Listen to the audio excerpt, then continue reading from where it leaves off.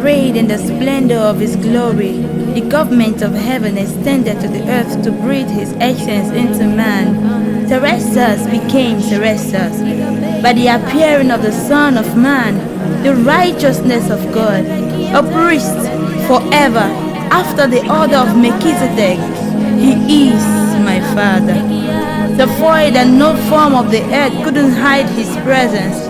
Like a thunderstorm, in silence of the current, his voice I hear. His words are living being, a great joy to my soul.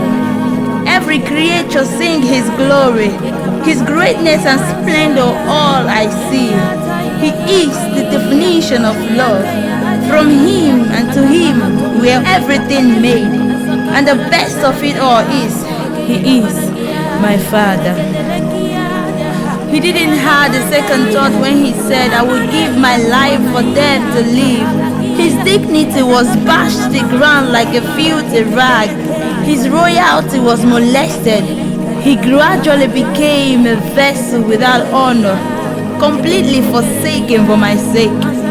Could this be the height of love? And above all this, he resumed the dignified office, and still he remains my Father.